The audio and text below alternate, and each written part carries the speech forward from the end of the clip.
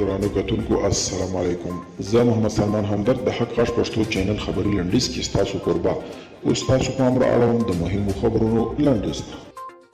د ملي مصالحې عالي شورا رئیس عبدالله ویلي چې په هیواد کې د سولې د راتګ ته ژمن دي او په وینا یې د افغان دولت مذاکراتي پلاوي په دوحه کې منتظر دي چې مقابل لوري بیرته د خبرو میز ته راوګرځي.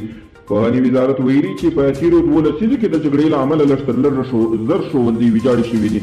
د یاد وزارت بیان د جبی آریان ویلي چې په تیرو 20 کلونو کې په افغانستان کې د جګړو او ځینو نورو دلایلو له امله زر ښوونځي ورانې شوي دي.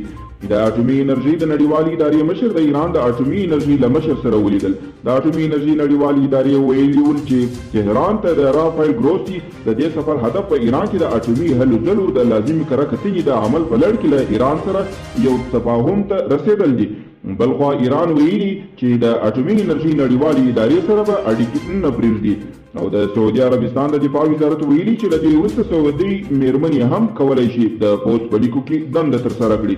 دفاع وزارت زیاته کړې د ولیعهد محمد بن سلمان د تازه اقداماتو له مخې ښځې له دې وروسته کولی شي د پوځ په لیکو کې ان په مختلفو پوسټونو دنده هم اجرا کړي.